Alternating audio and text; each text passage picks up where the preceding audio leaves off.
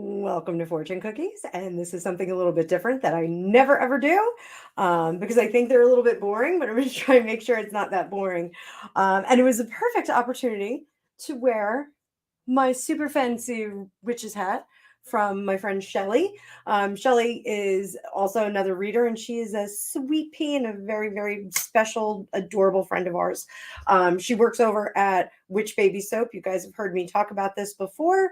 It is a intentional, they're not sponsoring me, intentional beauty product company. They make body butter, bath salt, bath lotion, body wash, all kinds of fun stuff. Body butter, but it's all intentional. They do spell work over it, so the products are specific for different things. I use memory lane whenever I'm doing some past life regression work. I use psychic on a regular basis. They make some really cool stuff. Like they have one called Graveyard, and it smells like dirt and flowers, which is pretty cool. Actually smells pretty good. But I thought this is a great opportunity to talk about one of my very special decks, which I'm really excited about. So I've been reading tarot since I was 17.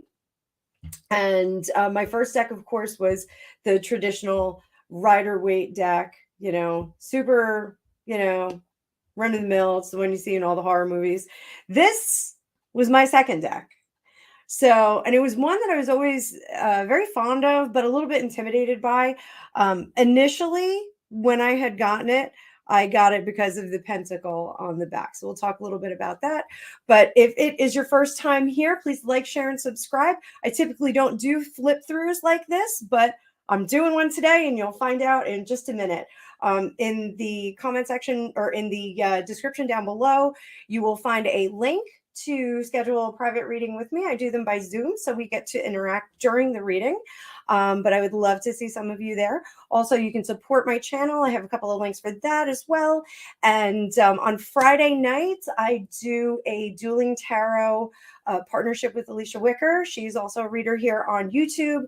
And you can buy some amazing crystals and tarot decks and readings from her as well at aliciawicker.com. So enough of that. We're going to talk a little bit about this deck. So my first deck was the standard Rider Waite deck. That's the deck everybody reads with first, typically. I don't want to say it's simple, but it's, the easiest one to learn from initially. This was my second deck. I was like, oh, this is a really cool deck. It's got the pentacle on it. I'm going to get to Witch's Tarot. It's going to be so cool. And I bought it, and I didn't love reading with it at first. I mean, it was like, okay, it was very different from the Rider Waite. This is my first Kabbalah deck. So Kabbalah is an ancient Jewish method of understanding our place within the universe. That is a whole other video that we'll talk about. So essentially, there's the tree of life, and it's the pathway through life and through spiritual life. There's a macro, which is the universe, and then the micro, which is you and your own path. Totally don't want to get too far into that, but this deck is based on Kabbalah. Ellen Cannon Reed, who unfortunately passed away, I think in 2003, she was a high priestess. Her husband was a high priest in the I will tell you in a second. I can't remember which sect, Isian tradition. And she was a student and teacher of witchcraft and Kabbalah for 13 years at the time of this printing. So this deck was printed in 1989. And the deck is borderless. You can see there's no border on these cards. The deck is now out of print. So what had happened with me, those of you that watch, I have a steamer trunk full of tarot cards. I have a bunch of other boxes, little stashy boxes. I mean, even behind me, I have a big basket. It's full of my cards that I use all the time for private readings and for the YouTube readings that I do. But I have a steamer trunk, like an actual steamer trunk full of decks. If you start to get involved in this, this is like any other kind of fun thing that you can get involved in, you wind up collecting and you wind up buying all kinds of cool decks. And I have all kinds of neat ones. I have a David Bowie one that my husband got me, the Starman deck. I have a Labyrinth one, obviously like David Bowie. I have a Labyrinth deck from the movie. There's all kinds of cool different decks you can get. I just got one that is a little bit more non-binary, has people of color in it, and I've been looking for one like that that has non-traditional couplings and representations of other cultures. So I just got one. I'm trying it out, seeing if it's going to work for my purposes. But this particular deck is Kabbalah based and extraordinarily rare. So when I realized when we moved into our house a number of years ago that it was missing, I knew I had it packed away someplace. I knew it was packed away in a white cloth. I had a white cloth wrapped around it, with it wasn't in a bag like the rest of my decks. Like I keep most of my decks in little individual bags like this. I knew it wasn't in a bag. It was wrapped in a white cloth. And lo and behold, we cleaned out our storage shed last week, and I found it. I knew it was in there. I knew I was going to find it. I had looked it up on eBay, and the second printing, which has a border, was running at about like $300. And I was like, I can't justify replacing this deck for $300. And then I looked up my deck, the borderless, and like I couldn't even find it. At one point I did see it for $1,000 with the book, but it was unopened. I was like, that's crazy. I'm not going to spend $1,000 on a deck. I don't have that kind of disposable personal cash anymore. I got kids. They take all my money. So I thought it would be a nice treat for you guys to do a flip through. I'm so glad that I found the deck. I'm also really glad I found the book. The book can get kind of costly too. And I found the book on, oh gosh, it was like bookreader or something.com, and I got it for $10, like with shipping. So I was like super happy about that too. Because it is a Kabbalah based book, I do think it's important. And also because Ellen Cannon Reed was a teacher, I think it's really, really important to understand why she had the deck built and crafted the way that it is. So we're not going to go into Kabbalah. We're not going to go into the details of anything about witchcraft or anything like that. This is just a super treat for you guys. I just want to take you through the cards and let you enjoy the imagery. So we'll talk a little bit about it. So we are starting with, upside down. We're starting upside down. The back is the pentacle. This was one of the reasons that I didn't do regular readings with this, because I do read for a lot of like square people and straight people, and like pentacles, let's admit it, they're a little bit off-putting to some people because they go, oh, it's the number of the beast and the devil is there, and they get all weird about it. And then you have to go into like this whole explanation of like how a pentacle is protection and yada yada yada. So so be it. So we're going to come down a little bit closer. Just bear with me while I focus in. Swoop.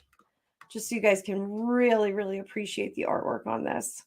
And I'm doing this with my gooseneck, so enjoy. So we start with our Fool. And very, very different from some of our other Fools. He does not look as young as some of the Fools that I've seen in other decks. Alicia Wicker had said that he looks a little bit like Joe Biden. Maybe. He also doesn't have his little puppy companion on here, but he does have a blank sheet of paper for which to cast his fortune, which is very neat. Our magician looks a little bit more intimidating than a traditional magician, but he does have all the elements. He is, one hand up, one hand down. He's got all of our pips, the different suits for the cards, and we do have our infinity sign on there. The high priestess, not in a building, not seated, a little bit more powerful, but we still have our moon imagery. We still have our pillars. We have our duality and our limitless behind. Empress, she is still pregnant. God bless her, poor thing, still pregnant, and fully abundant. Looks a little less warm and fuzzy than some of the other ones, but she does have the balance of the moon and the sun there as well. Emperor seated on his throne. We don't have the traditional armor underneath his cloak, but he is in a position of power. Again, we have some duality here with the light and the dark. High priest, much more esoteric and magical, in my opinion. He is actually making magic, not just talking about it, not just the keeper of it. And there are our lovers who are completely naked, and they also have, I'm sorry if you're offended by nudity, there's a lot of nudity in this deck. So we do have the angel in there, and it's a beautiful yellow. So Chariot, when I teach tarot, one of the things I always tell people is in the traditional Rider-Waite, the charioteer does not have any reins. He is moving those sphinxes with the sheer power of will. In this particular card, he does have reins, so does give you some agency over moving forward, and there's some practicality that's involved in it. So I do like that as well. He's also wearing a lot of armor, so he's protected. Strength, there's some nudity again, so hope this doesn't get popped for nudity. But we have our female lioness with our strength representative, our strength maiden. So she is actually one of the reasons why I wanted the deck, because she really is beautifully crafted. The Seeker has less desolation. There's a little bit more warmth to this card than we see in the traditional Rider-Waite. So it does feel a little bit better that he is not lost in the great tundra, which it looks like in the Rider-Waite. So, one of the things with the Seeker or the Hermit, the Seeker lends us to more looking for answers. We're equipped to look for answers, whereas the Hermit, it's like he's been cast out, he's off on his own, he's freezing to death. This gives you a little bit more perspective, and I think eases you into the understanding of what that Hermit is doing. And we have Justice. Again, she's beautiful and very fair, still all the same elements. Wheel of Fortune. I do like the Wheel of Fortune very much here, because the artwork does depict the cycle of life.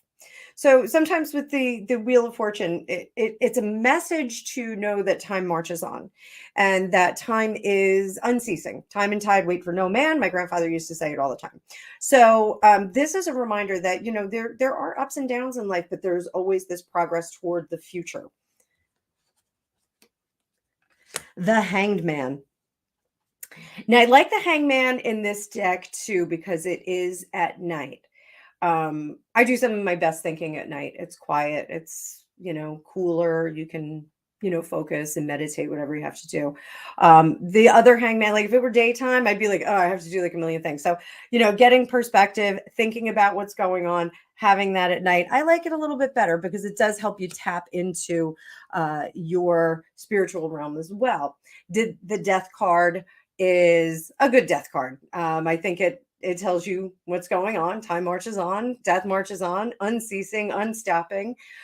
We have a lot of the unknown behind him depicted in the illustration.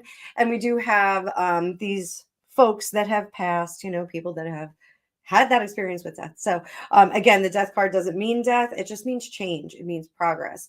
But it sometimes means progress into the unknown. And this is a good card for us to say. And we are into Temperance. Temperance has all the balanced elements there. We have a lot of stuff going on in this card. But we're balancing those elements. She's got them in her hands. Again, there's a lot of Kabbalah imagery in this card. I'm not going to go too deep into it. I just wanted you guys to get familiar with it. Not to make you jealous because you can't buy this particular deck. You can buy the bordered ones. You can find that. That's it's more readily available. So the horned one is more of a witchcraft based card versus the devil that's in the Rider-Waite card. So he's in the forest, he has people there. They, the nice thing is they're not chained to him. They are making a decision whether to come or go with him.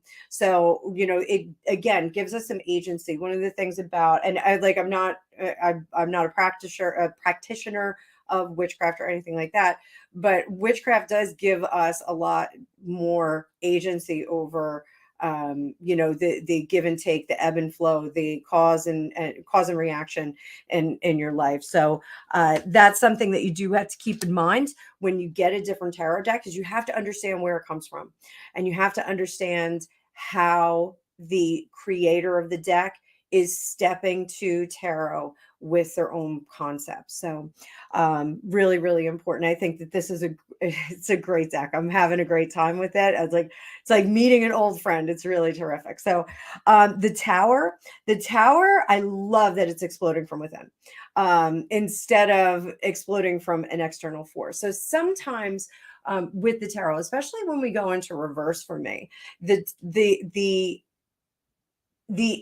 cataclysmic episode that is going to affect the individual, when it's upside down, I would say that's something that they did. There's some agency over that. They did something that made this cataclysmic change. However, sometimes it's an internal change that just kind of happens. It's something that the fates will throw out at us to shake things up. And I talked about this in one of my recent readings. I was at a point of change in my life and wasn't getting a move on. And the universe threw me Hurricane Sandy, and Hurricane Sandy made all my decisions for me. So, I had a situation with my house, wound up moving into a different level, but it took a hurricane to get me from A to B. And I've always said that. So those are cataclysmic changes. The stars are, I prefer this one, the stars versus the star, because the star lets us know about hope in the future. And instead of focusing on a single point of light, a single solution, a single resolution, or a single salvation, we can look at the various ways that we can go to solve a problem, or the various ways that we can be hopeful and grateful and look into the future. So I'm doing some exercises currently about manifesting joy and gratitude for future things before they happen.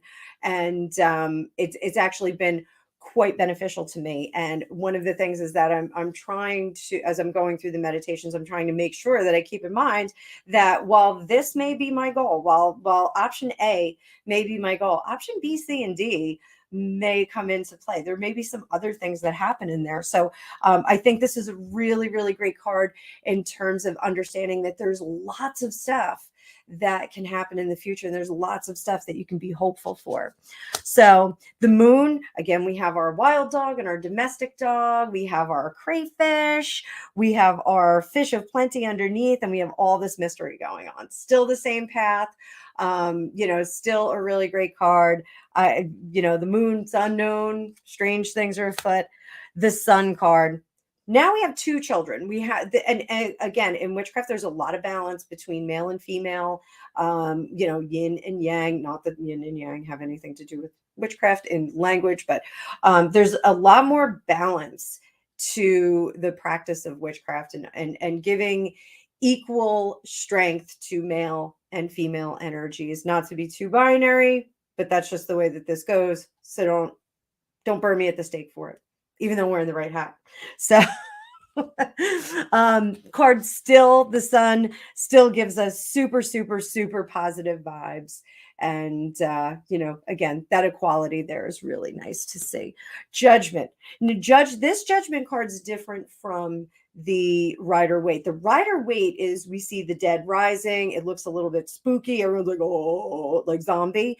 This one, we see ascension, and we see being reborn and being brought into another level. Much more positive. I like the gold colors. I like that we're ascending up to this angel and this bright light, and it really is not the dead arising, but that the soul is replenishing and moving on. And the universe, there she is. Now, those of you that have taken a course with me, you do know that the universe is typically a hermaphrodite, and that it is the Fool resurrected in spirit form. So the Fool, just to give you the brief, starts out, this is our little fertilized egg, our spirit, before they come into physical being. And he goes through his whole life in the major arcana through the journey of the Fool, or the hero's journey, or whatever you want to call it, and then is reborn into spirit form, which is a non-male, non-female entity that is all things. So this is our Fool reborn.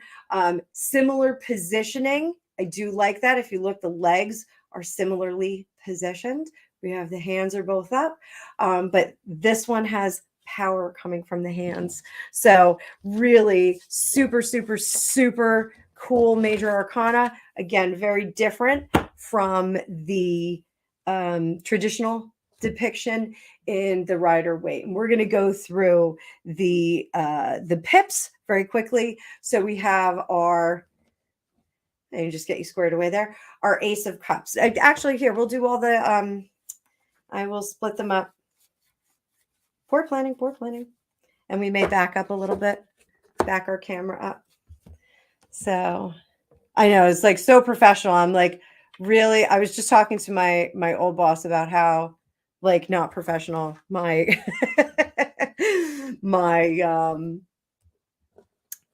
my blocking is, and everything that I'm doing here. So this week I'm going to be working on setting up a new studio in my basement so that this is a little bit better for you guys. So again, I'm going to warn you, there's a lot of nudity in this deck. And we do have an appearance from Glenn Danzig as well.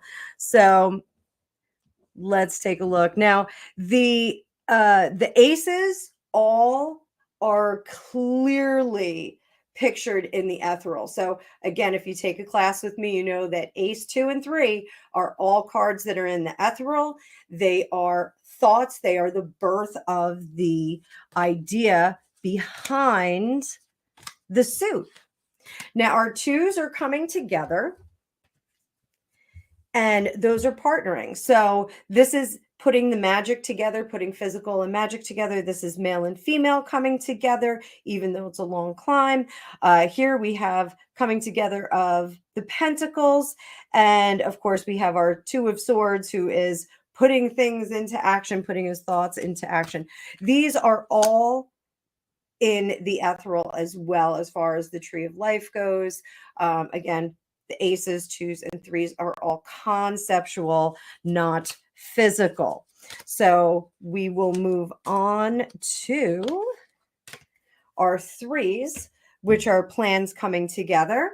So we have men and women in the 3 of Cups. Typically, this is a celebration in the Rider-Waite of the Maiden, the Mother, and the Crone. But we have an appearance of the Maiden, the Mother, and the Crone in the 3 of Wands. Our 3 of Pentacles, we have a young lady who is working on a craft. She is moving into being more developed. And then our 3 of Swords is less intimidating and less scary. Again, witchcraft will be much less condemning in terms of this is what you did, and this is what you just, I mean, you get what you give. You have to live with what you create, but this is not as painful and heartbreaking for me as it is on the Rider-Waite. And again, you're reading the cards as you find fit with the basis of how the creator wanted them read. So, you have a lot of choices about what each and every card means, and you really just want to figure out what resonates with you. And that's how your readings get really rich, and how you become a better reader, and you're not just reading inductively like, oh, well, the Four of Wands means home. This card does not look like it means home. It might be a little bit troubling for someone to understand. So we have our Four of Cups, and this is a little bit different from the traditional. We don't have the cup floating in from outer space, but we have an additional concept coming in. There's three traditional ideas all facing in the same direction, all in lockstep, and then we have a new one coming into the situation. Now, the Four of Wands in this is more of enlightenment, and not so much being at home in the physical, but at home in the greater universe. That's why the light is coming down. So it's really, really cool. And we have more of a home card with the Four of Pentacles here. So I do like that very much. Our Four of Swords, our gentleman is not resting. He is considering. A little bit different. In the Rider-Waite, this card is the soldier who's laying down. He's either dead or resting. Depends on how you read that card. I always read it as resting. He's not dead yet. But this gentleman is actually doing some consideration. There's some action into the card. He's thinking. He's not doing, but he's thinking. Little bit different. So we go into our fives. Now remember, fours are a place of stability. So when we get to our fives are a place of conflict, or readjusting, really how you think about it. This five, not really seeing the gifts that are above. We have our cups up here. We have our gentleman down here he's down in his van by the river. Can't see his van. His van's parked over here someplace. We have our Five of Wands, where we have a group of individuals who are discussing things. One is in particular kind of taking the lead on this. It's really like a think tanking kind of thing. Five of Pentacles here. So the Five of Pentacles in the traditional Rider-Waite, and I talk about it all the time whenever we have it in a reading, because I think it's important for people to understand the individuals in the card are barefoot in the snow outside of a church. Or what appears to be a church. It is depicted in the card, in the Rider-Waite deck. They're a sect called the Mendicants. And what they have done is they have given away all of their physical properties and creature comforts to get closer to God. So this is absolutely a lot different from that. This is having blockages and having things that are holding you back. So what is the message here? Maybe you have to release. Maybe there's a narrow channel that you have to go through, and you have to release some physical things to get to a more spiritual place. So very, very different depiction of the card. So, and then we have our Five of Swords, which is still conflict, still uphill battle. We've got fighting going on. We've got mountains in the background. We've got trees with no leaves. Little bit different than our Five of Swords in the traditional deck. So now we go into our sixes. Okay. Six of Cups. Very nice. Sixes, again, are places of stability. It's where we can kind of take a breath and just kind of sink into everything. So we've got consideration of those powers. And, one of the things that I do want you to keep in mind is with this particular deck, because we are dealing with a deck based on witchcraft and Kabbalah, is the wands are more powerful. In the traditional deck, in the traditional Rider-Waite deck, wands are fire, and they are passions, creations, fun things that we do, fun things that we want to get into. For me, like tarot and teaching tarot is probably a wand kind of thing. But this is about taking your power. This is about taking that manifestation power and utilizing it. So this is a consideration of what those powers are. We have the beautiful golden light that's coming down, and that is a reminder to make sure that you always check yourself and you keep that power as a pure and positive power. So it's one of the things that I constantly remind myself about when doing tarot. I mean, a lot of people are afraid of esoteric because they don't want to reach across the veil and start talking to somebody weird. It's like the whole thing with Ouija boards. So in terms of, my practice, I'm very good at reading cards. I get excellent feedback from the universe. I get excellent feedback from my clients. I constantly want to remember to thank the universe for letting me have that ability to go through the veil and find out other information that may help people. My practice is to help people. It's not to show off and know the future or anything like that. Anybody who is telling you, oh, I can read the future. You really can't, because the future is constantly changing.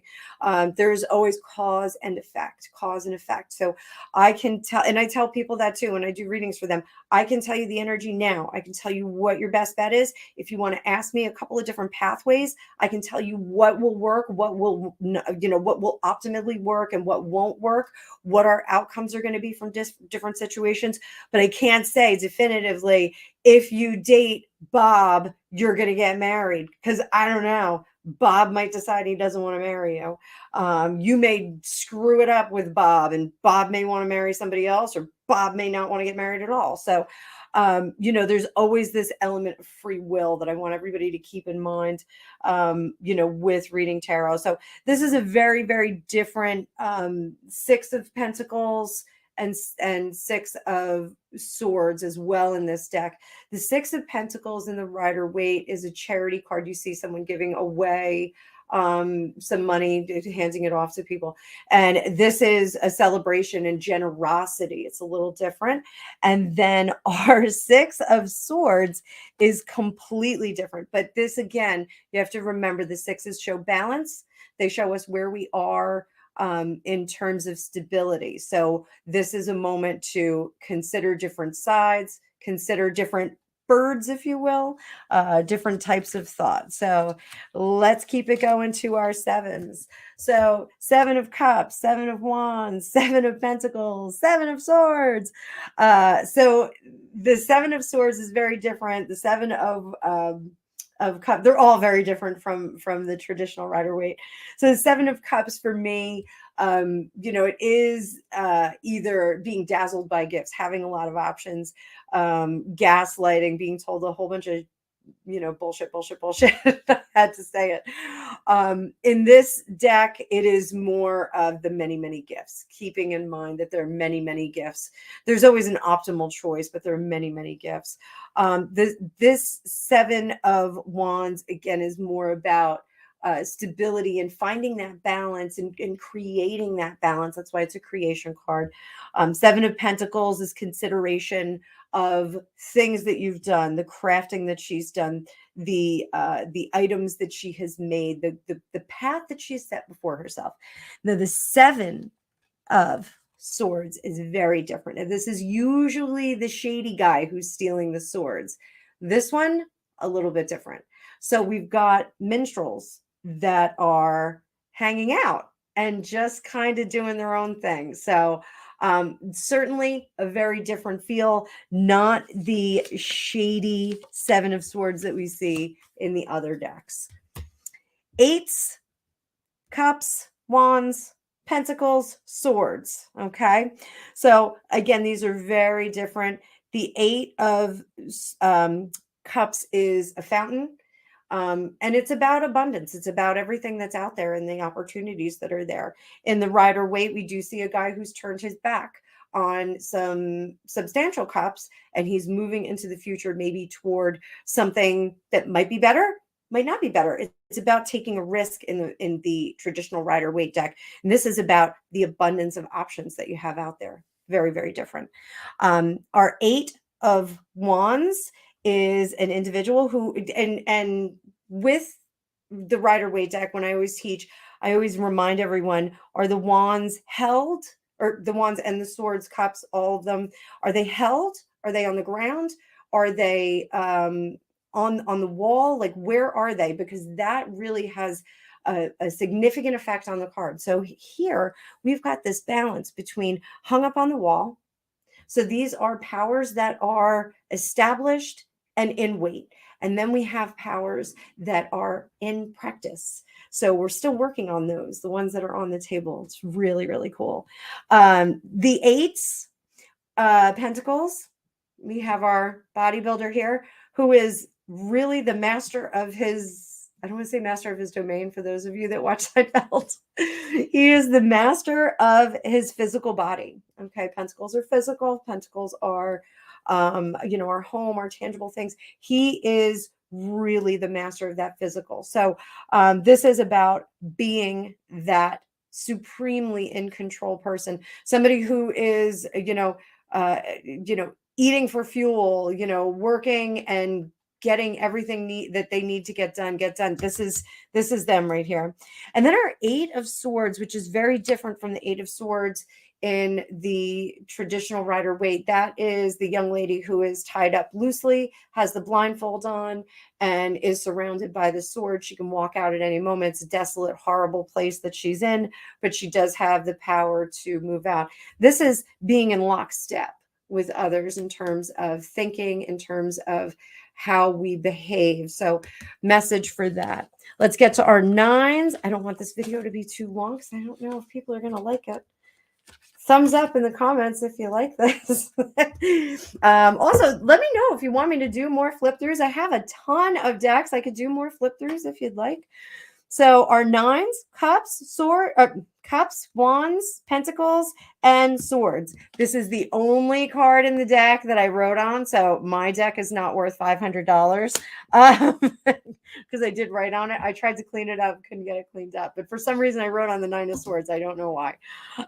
Very different. I love our tarot card reader in the nine of cups. Nine of cups is our wish card, manifestation card. Manifestation come to light. The nine of wands is about protecting yourself, keeping yourself in a safe place, and it's our magician who is practicing. And the nine of pentacles, the kept woman, protection. She is pregnant and she looks a little bit like Stevie Nicks. Just my opinion. I don't know, you can agree or disagree, but it's a little bit different from the kept woman that we have in the rider waite, but I do like her nonetheless. And then our nine of swords, which is not the anxiety in bed, not sleeping card. It is more of the anxiety before the battle. It is that tension and that excitement and that readiness. In some cases, a heightened sense of readiness that you're experiencing, and that would be the feeling of that. And remember, when we read tarot, the nines really are the pinnacle of the suit.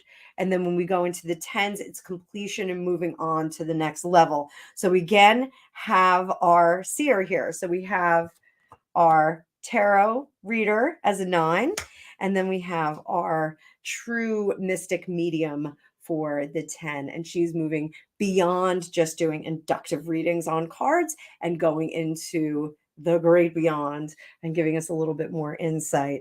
The 10 of wands is giving us our home. Again, different. This is manifestation again coming to fruition. This is different from the overburdened individual who's holding all of the wands in the rider waite. 10 of pentacles. This is very happy, secure, safe. We have the walled castle there, and the lovely couple. It's lush. It's terrific. And then our 10 of swords, which the 10 of swords is still active. The battle is being fought. It is like extending that chaos, extending that thinking process. It's almost like going, it's like phase one of the trial, and then we go into phase two of the trial. So that's really where we are with this one. So now we're going to go into our princesses.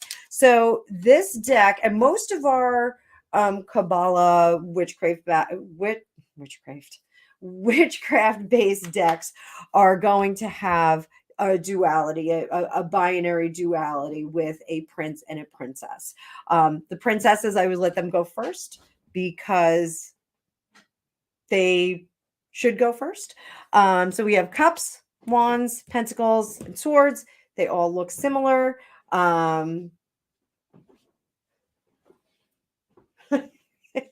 They're all the similar artwork. Gregopedia showing up. Those of you who know and love him, I'm not live, so you can keep walking. Just wave. Oh dear. So they are all similar. They do show the different seasons, which is really nice because the all of the suits represent a different season. So you can clearly see the different seasons here. Different levels of warmth. They're holding the suits. Then we have again our princes of cups, wands, pentacles, and swords. Again, we can get the sense of some of the seasons from the different colors. And we do have the colors in their outfits as we did with the princesses. So that is also an important thing when you are dealing with a Kabbalah-based deck. Again, I'm not going into Kabbalah intently. We have the different queens, cups, wands, pentacles, and swords. We're working again with some colors. And then we go into our kings, who look a little bit Russian to me. I'm just going to say that. But they are all there. So, I'm going to correct myself. The princess, prince, queen, and king, they all represent a different season. You can see that the king is in the winter. So, more on that at another time. I do hope that you enjoyed this. Like I said, while this particular borderless deck is not readily available, you can get the bordered deck. That one does still exist, and it's out of print. I think it was printed in the early aughts, but you can still get that. I think there was somebody on Etsy that had a bundle with the border on there. So I think it was like $143. If I can link it, I will. But I hope you guys enjoyed this. Let me know in the comments if you want me to do more flip throughs or if you never, ever, ever want me to do this again, because it was like 42 minutes of like boring, just looking at pictures and hearing me talk. So, this deck has caused me some anxiety. When I couldn't find it, I was a little bit anxious. And then right before I did this video, I thought I lost the Four of Wands and I was looking all over the house. That was the first thing Greg said to me when we pulled it out of the storage facility. He goes, count them, make sure you have all of them. And I was like, I don't want to, because if I don't have one, I'm gonna freak out. So the deck was intact. So when I was laying them out to do the flip through and ordering them, I was like, I can't find the Four of Wands. I can't find the Four of Wands. So I was like, I'm never gonna get one. So I do hope you enjoyed this. Everybody have a great week. Again, like, share, and subscribe. I do hope to see some new faces in the next week or so. And I hope you guys are all having a terrific week. So thanks so much for being here. I will talk to you all soon.